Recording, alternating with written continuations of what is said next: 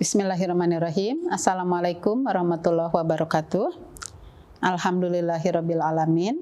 Puji syukur kita panjatkan kehadirat Allah Subhanahu wa taala. Kita bisa kembali bersilaturahim, bermuwajahah, bertatap muka untuk sama-sama mensyukuri hari yang telah Allah berikan kepada kita. Mudah-mudahan sahabat-sahabat semuanya senantiasa ada dalam sehat walafiat, tetap bersemangat mengisi Ramadan yang penuh berkah ini. Sahabat-sahabat, pada kesempatan kali ini ingin saya ceritakan sebuah kisah yang terjadi pada pengurus kami. Pada tahun 2010, tepatnya tanggal 17 Mei 2010, ba'da subuh, saya mendapat SMS dari Bapak Arya Warman. Kami biasa memanggilnya Pak Ari. Beliau adalah Ketua TPK Husnul Khotimah periode kedua. Beliau sedang mengalami sakit. Pada hari itu, ba'da subuh, beliau mengirim SMS kepada saya, memohon doa bahwa hari itu beliau akan berangkat ke Jakarta untuk menjalani operasi di Rumah Sakit Jakarta. Qadarullah sahabat-sahabat, ba'da duhur sekitar pukul 13, saya dikabari oleh menantunya bahwa operasi sudah berjalan tapi tidak berhasil. Beliau siang itu wafat. Kami bergegas ke rumahnya yang di Bandung. Kami siapkan, kami bantu keluarga menyiapkan apapun untuk menyambut jenazah beliau yang akan langsung dari Jakarta dibawa ke Bandung. Saat itu sudah siang, menjelang asar, tamu terus-terusan datang berombongan menunggu jenazah sampai. Kira-kira pukul 4 sore jenazah sampai. Kemudian petugas dari kami, rekan-rekan almarhum, sama-sama memandikan jenazah beliau. Saat selesai dimandikan, beliau disolati oleh sekian banyak orang. Tamu-tamu berdesakan menyolatkan beliau. Esok paginya, beliau baru dimakamkan karena kemarin sore setelah dimandikan sudah menjelang maghrib, jadi beliau dimakamkan esok harinya. Pada saat akan dimakamkan, sama tamu begitu membludak datang dan sama-sama semuanya menyolatkan kembali dan ingin mengantar beliau ke pemakaman. Di pemakaman saat itu, Ustadz Aam Amiruddin sebagai Ketua Pembina Yayasan Percikan Iman, beliau turun langsung memimpin pemakaman tersebut. Pada prosesi pemakaman tersebut disampaikan oleh Ustadz Aam saat jenazah sudah selesai dikebumikan ke liang lahat, urugan tanah jenazah hanya ditinggikan sedikit, tanpa taburan bunga, tanpa siraman air. Itulah wasiat almarhum. Ustadz Aam menceritakan pengalamannya saat berangkat haji bersama-sama dengan almarhum Bapak Ari. Saat mengunjungi pemakaman Ma'la dan pemakaman Baki, Pak Ari berujar kepada Pak Aam, bahwa beliau suatu saat kalau meninggal ingin kuburannya seperti kuburan di tanah suci. Tak ada bunga, tak ada apapun.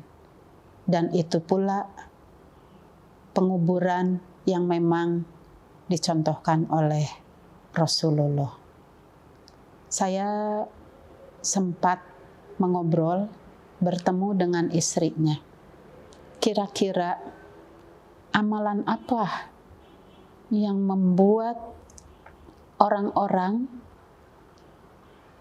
berdatangan pada hari Pak Ari wafat, berebut untuk menyolatkan, berebut untuk ikut ke pemakaman.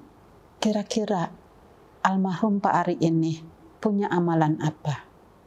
Istrinya bercerita, semenjak pulang dari haji, beliau aktif di Yayasan Percikan Iman, dan kemudian beliau mewakafkan waktunya ingin turut aktif di TPK Husnul Khotimah. Beliau banyak berubah ke arah yang lebih baik lagi. Dan satu amalan yang tidak pernah beliau lakukan dengan terputus adalah beliau selalu sholat subuh berjamaah ke masjid. Menurut penuturan istrinya, beliau meskipun hujan besar, sakit-sakit sedikit, beliau tetap akan pergi ke masjid untuk menunaikan sholat subuh berjamaah.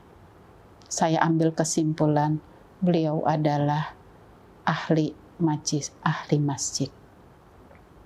Kemudian, pada tanggal 15 Maret 2022, 12 tahun menjelang, kami, keluarga Percikan Iman, kembali kehilangan sosok pimpinan kami, Bapak Profesor Asep Warlan Yusuf. Beliau wafat pada tanggal tersebut setelah sebelumnya sakit kurang lebih sebulan. Beliau adalah Ketua Dewan Yayasan Percikan Iman. Sehari-hari kami kenal beliau adalah orang yang soleh, berakhlak baik, ilmunya tinggi, cerdas, tapi beliau sangat rendah hati. Beliau senantiasa tidak menutup diri, bergaul dengan siapapun. Saya beberapa kali bersilaturahim, mengunjungi ke rumahnya.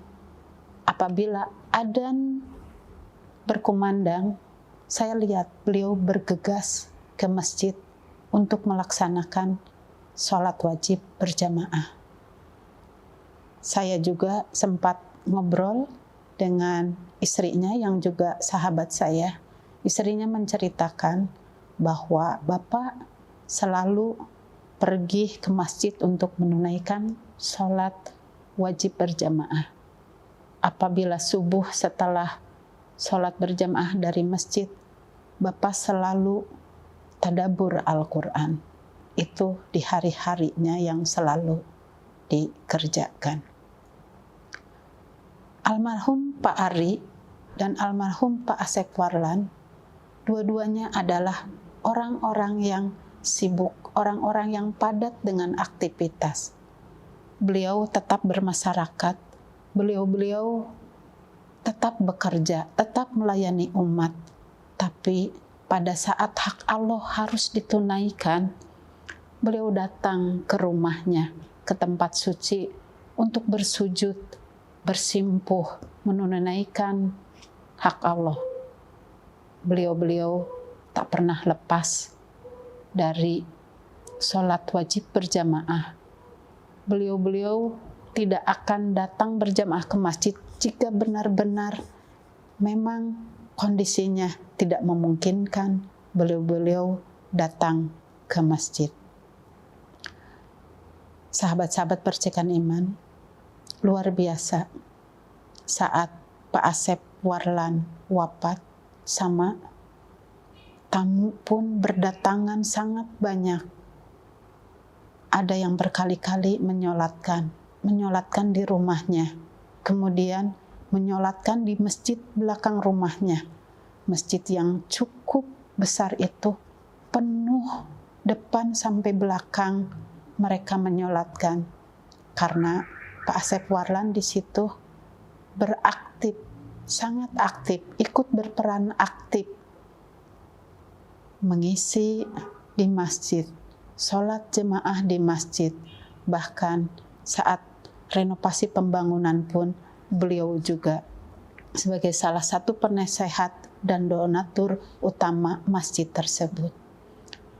Saya semakin yakin bahwa ahli masjid diberi kedudukan tersendiri oleh Allah.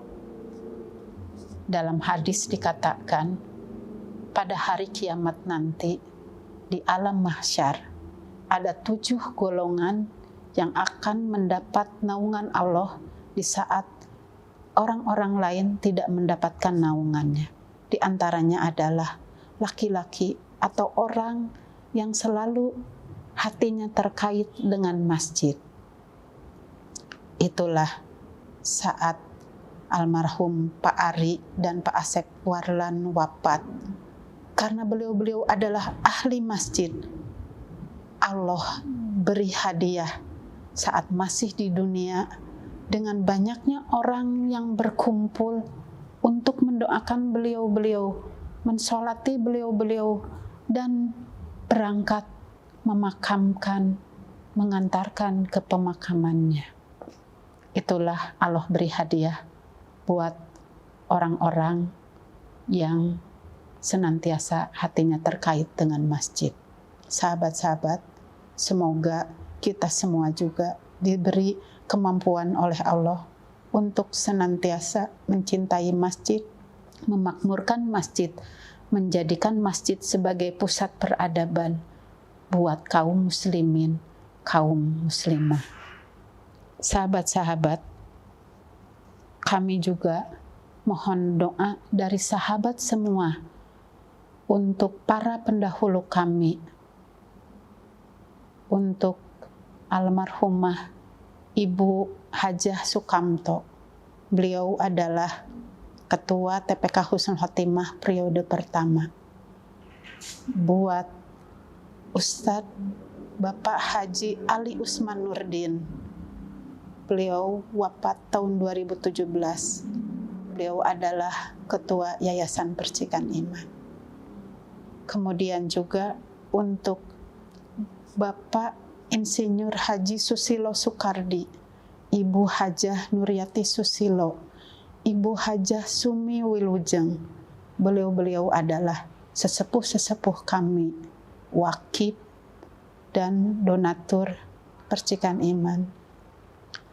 Buat Kang Edi Hadianto, beliau adalah aktivis filantropi sosial kemanusiaan Divisi JIS Percikan Iman. Dan juga tidak lupa buat para guru dan jamaah Percikan Iman yang telah mendahului kita semua. Kita berdoa untuk mereka. Allahumma gfir lahum warhamhum wa'afihim wa'fu anhum. Amin. Allahumma amin. Terima kasih sahabat-sahabat. Wassalamualaikum warahmatullahi wabarakatuh.